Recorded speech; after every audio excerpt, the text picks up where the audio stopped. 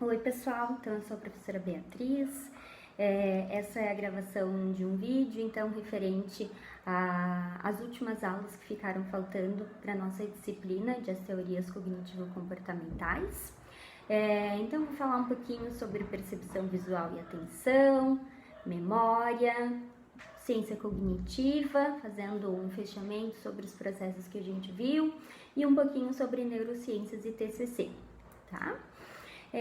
Então, em relação ao processamento da percepção visual, né, gente, a percepção, né, esse processo cognitivo, que diz respeito a um conjunto de processos aos quais a gente consegue reconhecer, organizar e entender as sensações que vêm através dos estímulos ambientais.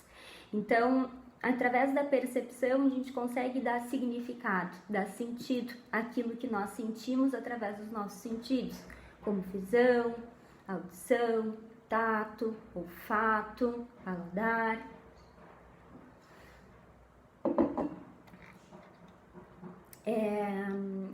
Então, o processamento da informação sensorial, né, vai guiar as nossas ações no que diz respeito aos objetos do mundo, né? Então, a gente vai ver, ouvir, provar, sentir os objetos, né, através do processamento das informações sensoriais, e é a percepção que integra o processamento dessas informações que a gente absorve do meio. Então, a gente começa falando sobre percepção visual, retomando um pouquinho a respeito do sistema visual e do cérebro, né?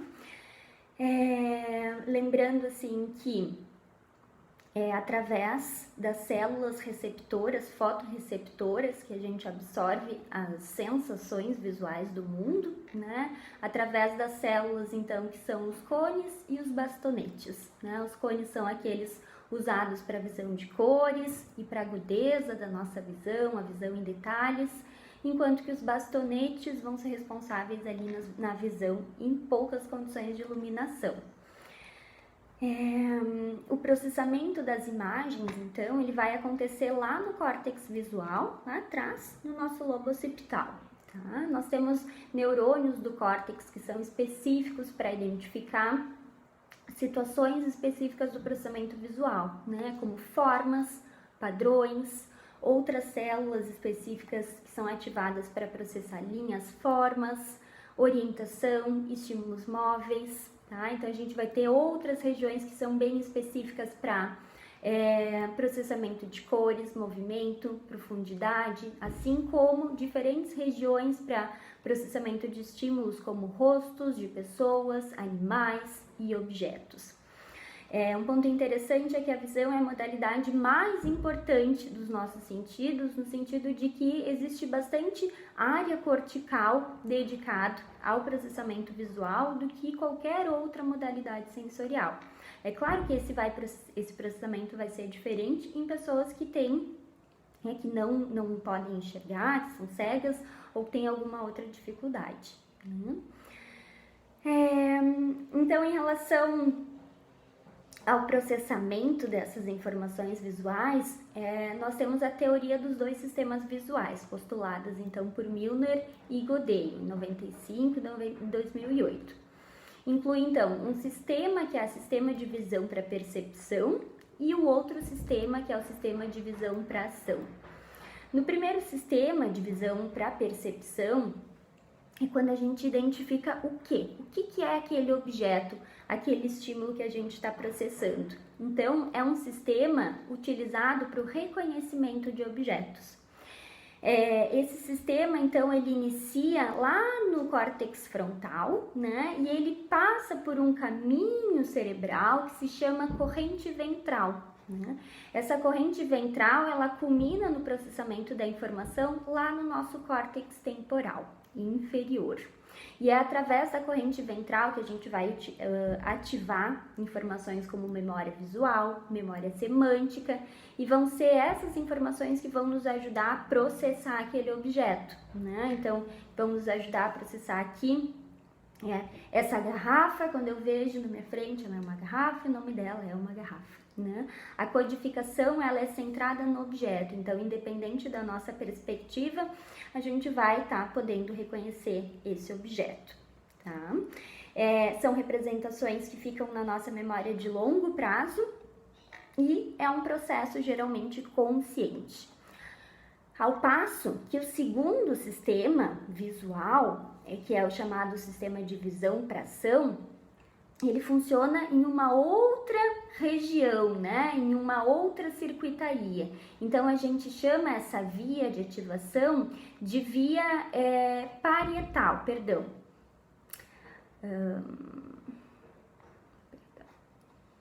De via dorsal, desculpa, gente.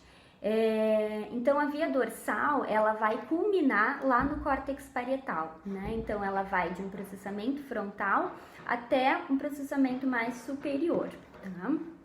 Então, o sistema de visão para ação vai ser ativado quando a gente precisa reconhecer algo em movimento, né? Então, vem um objeto à nossa direção e a gente precisa calcular, né, como faz para pegar aquele objeto em relação à orientação que nós estamos, a posição daquele objeto em relação a nós. Então, é aquela situação em que vem uma bola, por exemplo, em nossa direção e a gente reconhece essa bola e pode fazer um movimento, né? A via dorsal, então, que é ativada, né, no sistema de visão para ação, é o como eu faço para me orientar frente a um objeto. Então, quando um objeto vem na minha direção, como por exemplo uma bola, ou até mesmo quando eu estou atravessando uma rua e vem carros na minha direção, né? A gente ativa o reconhecimento visual dessas situações através desse sistema, o sistema de visão para ação, que é fundamentado, então, em uma via, né, cerebral que a gente chama de via dorsal, tá? Essa codificação, gente, então, ela é centrada no nosso corpo, é a partir da nossa perspectiva, do observador. Então, quando a gente está, por exemplo, né, atravessando uma rua e a gente precisa calcular o tempo, né, que aquele carro vai vir em nossa direção, ou quando a gente está pegando um objeto que está no ar, né, a percepção visual desses objetos, ela é codificada a partir do eu, né? Por isso que a gente chama de uma percepção egocêntrica, ela é centrada então a partir da minha perspectiva em relação a essa bola que vem na minha direção, por exemplo, né? Então, se eu me abaixar, se eu fizer algo diferente com o meu corpo, esse movimento, né, do objeto que vem na minha direção vai poder ser processado de uma forma diferente. As representações mentais, né, na via dorsal, então, são de curta duração, tá? Um processamento que não é nível consciente e geralmente é um processamento muito rápido, né? Aquele pensa rápido e aí vem algo na nossa direção e a gente faz esse processamento visual a partir da nossa percepção em relação àquele objeto que está em movimento. Em relação à visão de cor, né? Como nós processamos a percepção da cor. Ela é importante porque nos ajuda a reconhecer e classificar os objetos, né? Então, a gente vai falar um pouquinho da teoria tricromática das cores, que entende que a gente percebe as cores, processa as cores através da ativação de 3 tipos de cones, né? Que são aquelas células especializadas na visão de cores e visão de situações com mais detalhes, né? Então, esses cones seriam mais receptivos às ondas, por exemplo, azul e violeta, as ondas verde e as ondas amarelo-vermelho. Então, a força, né, a percepção de cores, ela vai estar relacionada com a força pela qual cada tipo de cone é ativado. Então, os cones azuis, violeta, por exemplo, eles são mais ativados quando a gente olha para situações que vão acionar esses cones, como por exemplo um céu azul, né? Então, esse estímulo ele vai ativar esse comprimento, esse estímulo visual, né? O céu, por exemplo, azul, ele vai ativar aqueles cones que são mais receptivos a essas cores, que são um parzinho de cores ali, por exemplo, azul e violeta.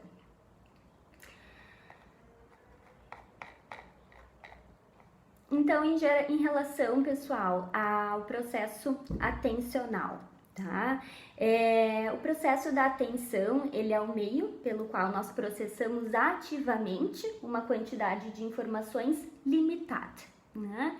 Então, a partir da enorme quantidade de informações que tem no meio, né, que está disponível ali pelos nossos sentidos, disponível na memória, disponível de outros processos cognitivos, a atenção ela vai processar uma quantidade limitada disso tudo. Então, a gente está no ambiente, a gente está exposto a várias situações, né, objetos, cheiros, as nossas próprias memórias, nossos pensamentos, e a atenção é o processo cognitivo que me ajuda a direcionar, tá? O processo e direcionar o meu processamento cognitivo para absorver uma quantidade específica de informação, né? Ela vai acontecer através de processos conscientes, processos inconscientes, e a gente vai ter basicamente 4 funções de atenção, né, que são destacadas na nossa bibliografia, lá nos capítulos do livro do Einstein, né? Então a gente vai ter uma ideia de atenção focalizada, né? Atenção focalizada é quando nós conseguimos, através de uma espécie de holofote, né, ou de zoom, a gente consegue direcionar os nossos processos atencionais para um sentido, para um lugar único, né? Na função da atenção dividida, a gente vai alocar os nossos recursos mentais para mais de uma tarefa ao mesmo tempo, né? Por exemplo, dirigir e conversar com alguém, né? Mas aí quando alguma coisa acontece na direção, eu redireciono a minha atenção que estava dividida para uma atenção mais focalizada, né? Então, a gente direciona a nossa atenção para aquele estímulo-alvo, aquele estímulo que a gente gostaria. É claro que na atenção dividida é provável que o nosso desempenho vai ficar um pouco mais prejudicado na realização de tarefas. E é mais fácil a gente fazer coisas, né, 2 coisas ao mesmo tempo quando são tarefas automáticas, automatizadas, que a gente não precisa pensar muito, né? Que nós já sabemos, já realizamos várias e várias vezes, como o próprio dirigir, né, andar de bicicleta, então situações em que a gente faz sem quase nos darmos conta, né?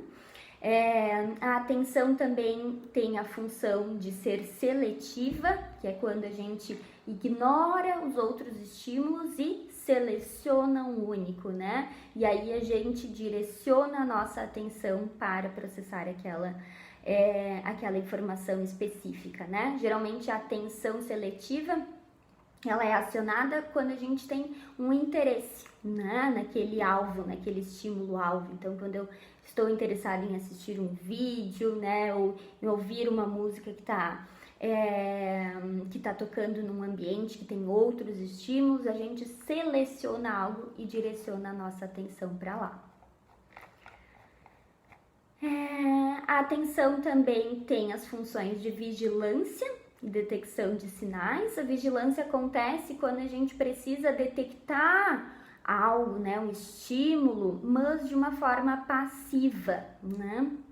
Então, imaginem quando a gente está, por exemplo, se a gente está, por exemplo, numa rua, né, escura, e a gente está observando, né, à espera da detecção de um estímulo que pode acontecer ali. Mas a vigilância é passiva, né? Eu não vou em busca desse sinal, eu estou ali com a minha atenção vigilante, né, para detectar algo caso ele aconteça. Depois a gente tem a função, atenção, chamada busca ou sondagem.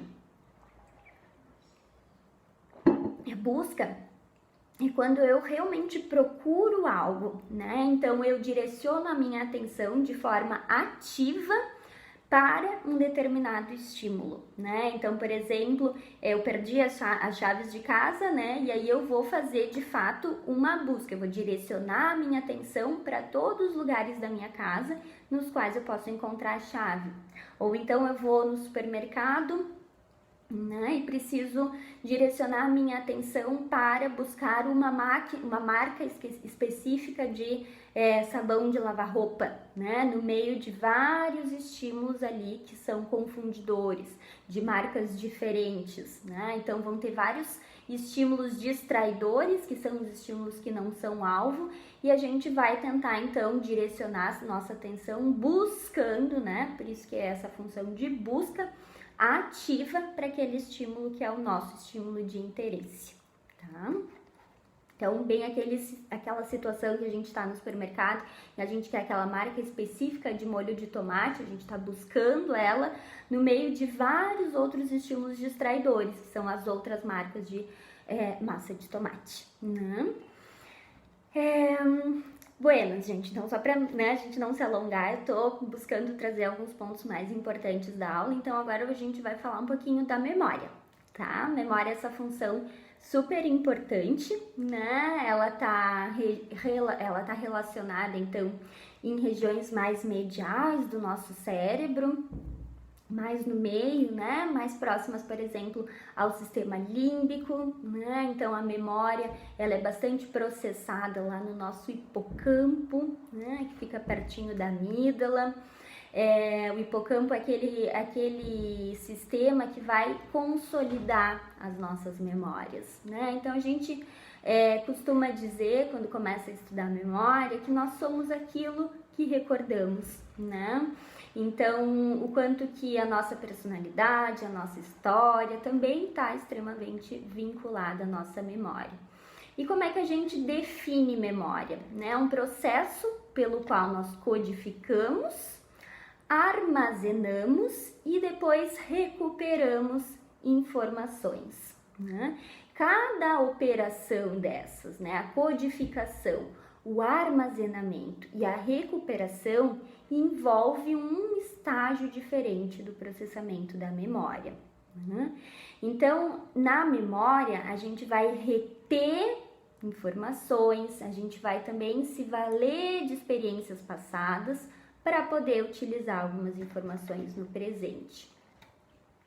Então, a gente diz que a estrutura da arquitetura da memória, ela funciona através desses três elementos, né? A codificação, o armazenamento e a recuperação. Na codificação, nós vamos transformar aqueles dados sensoriais, né? Que chegam através dos nossos receptores sensoriais, dos nossos sentidos, em representações mentais. Então, eu transformo, por exemplo, um cheiro numa representação mental de um cheiro, né?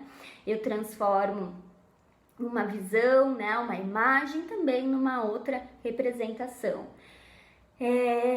Então, a gente faz esse registro inicial e em seguida a gente envia lá para um segundo estágio, né, que é o armazenamento.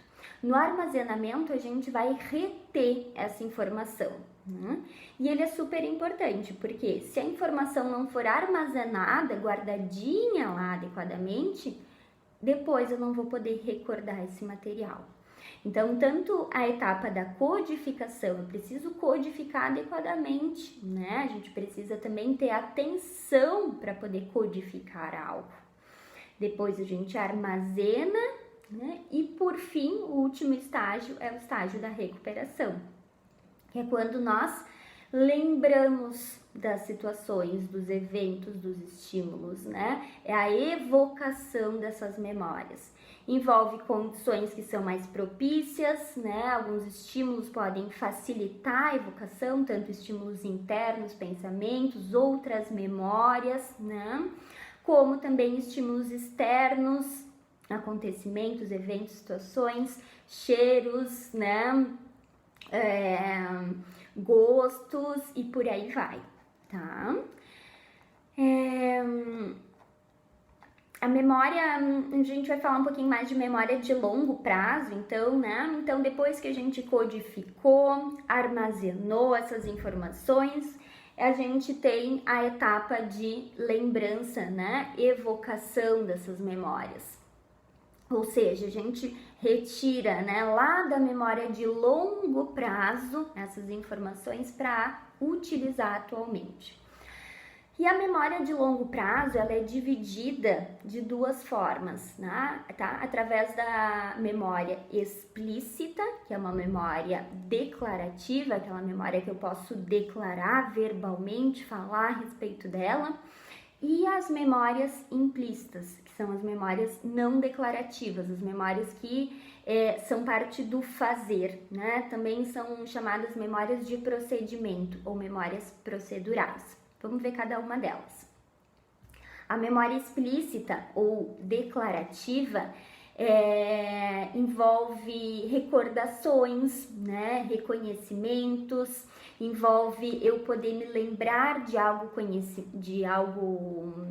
de algo consciente, né? De forma consciente. E aí a gente vai ter dois tipos de memória declarativa. Uma memória que é a episódica e um outro tipo de memória que é a memória semântica. Na memória semântica, a gente chama que essa é uma memória geral, né? Ela fala a respeito de conhecimentos, de situações que não são exclusivas para a nossa vida, né? Então, conceitos, por exemplo, o que é o envelhecer, né? O que é a psicologia cognitiva, conhecimentos gerais, né? Eu saber a história do lugar que eu nasci, a história do meu país, os próprios conhecimentos de línguas, tá? Eles estão lá na nossa memória semântica, tá? E depois a gente tem a memória episódica. O que é a memória episódica? Ela é referente a fatos, tá? A situações, a eventos, né? Então, informações que têm um tempo específico, tá? Ou também memórias autobiográficas, tá? Então, eu posso me lembrar que na memória episódica, por exemplo, né? O que aconteceu no dia 15 de março de 2020, né, quando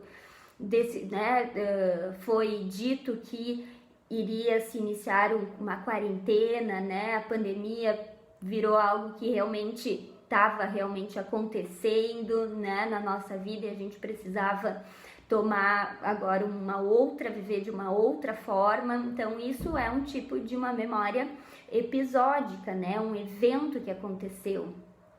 Pode ser o evento que aconteceu com o todo, né? Ou também a história da minha própria vida, o que eu estava fazendo naquele dia, né? Quando a gente fala da história da nossa própria vida, dos fatos, dos eventos que nós vivenciamos, a gente fala de memória autobiográfica.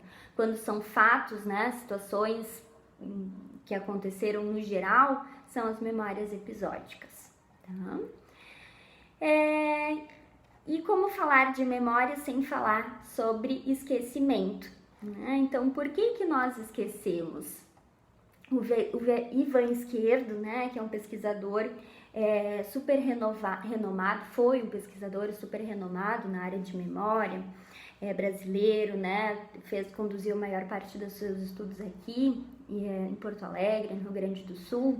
Ele tem um livro, uma publicação que chama A Arte de Esquecer, né? E ali ele fala o quanto que a gente esquece simplesmente porque tem muitas coisas que a gente vivencia que não são tão importantes assim, né? Ou então as situações vão acontecendo e a gente lembra mais daquelas memórias que têm um conteúdo emocional mais intenso, né? Então, dificilmente a gente vai se lembrar do que aconteceu um dia antes ali do 11 de setembro, né? Mas muitas pessoas lembram o que estava acontecendo no 11 de setembro. Então, muitas vezes as outras coisas que estavam acontecendo a gente acabou não dando tanta atenção e provavelmente por isso nós acabamos esquecendo, né? E ele fala que o esquecimento ele é importante, ele é fundamental para a memória, né? A gente precisa esquecer de algumas coisas até para poder armazenar outras. Mas falando mais especificamente do porquê que nós esquecemos, isso pode ser por uma falha na codificação lá no início, né? Por uma questão atencional, tá? Pode ser que a gente nunca tenha codificado essa informação, por isso ela mal foi armazenada, não foi armazenada, e aí como iremos evocar, né? A gente também perde informações porque não usamos, né? Se essas informações, esses conhecimentos são pouco utilizados, a gente vai perdendo. Isso se chama processo de decomposição ou decadência da memória, né? Muitas vezes a gente esquece também porque não existem pistas suficientes para a gente poder recuperar, né, informações na memória. E a gente pode esquecer também por interferências que acontecem antes da gente aprender um material, né, absorver uma informação, e também interferências que acontecem depois, que são as interferências proativas ou as interferências retroativas. E aí, quem não sabe, quem nunca vivenciou, né, aquele fenômeno da ponta da língua, ou então quando dá um branco, né? A gente chama então o fenômeno na ponta da língua, que é quando nós temos uma ideia em mente, né, mas a gente não consegue encontrar a palavra associada, apropriada. Então, é quase que a palavra está quase aqui na língua, mas eu não consigo acessar o processamento fonológico que produz o som da palavra, né? Então, eu consigo semanticamente acessar que palavra é essa, mas o processamento fonológico para eu poder dizer, produzir esse som, falha, né? E é isso que a gente chama de fenômeno ponta da língua. Geralmente, um pouquinho de tempo depois, vem como num estalo, né? A palavra era aquela e estava na ponta da minha língua. E o famoso branco, né, ele é um fenômeno de memória que realmente acontece da gente esquecer as coisas que antes estavam ali disponíveis e em situações ansiogênicas, né, provas, vestibulares, concursos, às vezes ao dar, né, fazer uma fala, e aí simplesmente a nossa memória não consegue evocar aquelas informações. Isso acontece muito provavelmente pelo cortisol, né? Aquele hormônio do estresse que está bastante elevado. Ou até mesmo o consumo de estimulantes, né? Não vão auxiliar muito a nossa atenção, e quando a atenção está prejudicada, a memória também pode estar prejudicada. Então, falando um pouquinho, gente, em relação à linguagem, certo? A linguagem ela é definida, então, como um meio organizado de combinação de palavras para criar a comunicação. A linguagem ela está muito ligada ao processo cognitivo do pensamento, né? Que ela torna possível pensar e trazer ideias de uma forma mais tangível, né? Quando a gente cria, então, uma palavra, um conceito para algo, né? Essas ideias, elas passam a existir. Nós podemos usar as palavras escritas, faladas, sinalizadas, como por exemplo na língua de sinais, né? Assim como nós temos as expressões não verbais, né? Que é toda a comunicação que não acontece através da língua, mas através de outras expressões, que sejam expressões faciais, através do controle físico, olhares, gestos, né? Acenos, abraços. Então, em relação ao desenvolvimento da linguagem, né? Apesar dela ser extremamente complexa, como a gramática, né? Nós humanos, nós adquirimos de forma relativamente, né? Todos nós adquirimos os elementos básicos da gramática, né? Mesmo sem que nós estejamos conscientes dessa regra, né? Entendendo essas regras, e essas regras elas são internalizadas, né? É como se nós tivéssemos uma gramática interna mesmo, né? Então, são habilidades linguísticas muito sofisticadas, né? No sentido de que nós podemos realmente proferir um número infinito de declarações, tá? As habilidades de linguagem, elas vão sendo adquiridas desde que o bebê nasce, né? Então, desde o choro, que é uma forma de comunicação, mas a linguagem ela, né, de certa forma, ela começa mais propriamente dita com o balbucio, né? Antes é um choro, um sorriso, as respostas reflexas, e aí com 3 meses, até mais ou menos 1 ano, a gente começa com o balbucio, que são sons, né? Mas que não tem necessariamente um significado, mas eles são como um discurso, eles têm uma estrutura de discurso, porém sem significado. Crianças balbuciam em gestos também, né? Pequenos bebezinhos, e mais ou menos ali entre 6 e 8 meses, os bebês que antes conseguiam produzir e compreender fonemas, né? Que são encontrados em todas as línguas, a gente começa a se especializar lá pelos 6 e 8 meses, né? Os nossos neurônios, eles vão se organizando para reproduzir, para responder aqueles fonemas nos quais nós somos expostos de forma mais rotineira. E nós temos algumas teorias de aquisição da linguagem, né, que elas vão versar então a respeito se a linguagem é inata ou adquirida. As teorias que falam a respeito da linguagem ser adquirida, ou seja, nós aprendemos com o meio, são aquelas abordagens behavioristas. Elas sugerem que nós aprendemos a linguagem assim como nós aprendemos qualquer comportamento, tá? Através do reforço, através da modelagem. Então a criança começa a falar alguns sons, ela vai sendo reforçada por produzir esses sons, e aí esse comportamento, é claro, vai aumentando de frequência, tá? É uma teoria que não explica muito bem como nós adquirimos as regras da língua ou como nós utilizamos expressões que daqui a pouco nunca fomos elogiadas ou reforçadas anteriormente para isso.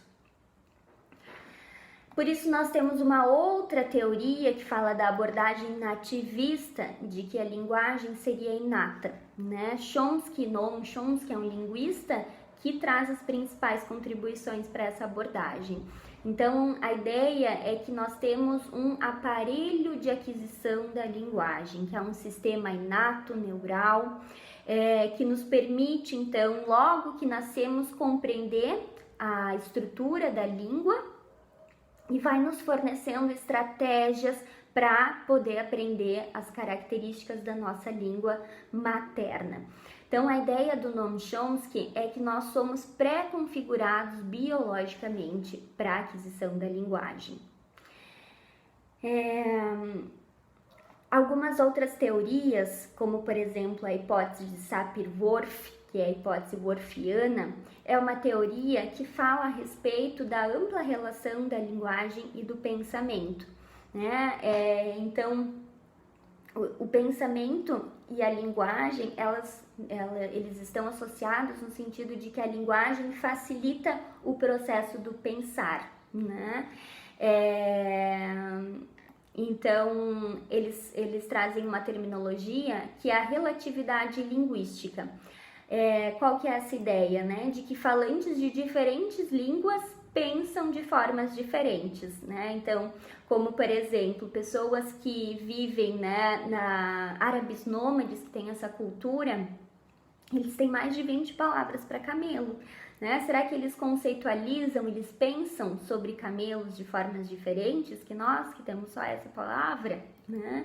Em compensação, né, nessa cultura, a gente tem tantas palavras para falar sobre computadores, né? Um notebook, um netbook, um desktop, um PC, um MacBook, um Windows, um Linux, tudo isso fala de computadores, né? Então, será que na nossa cultura, no nosso pensamento, a gente processa essa informação de um jeito diferente?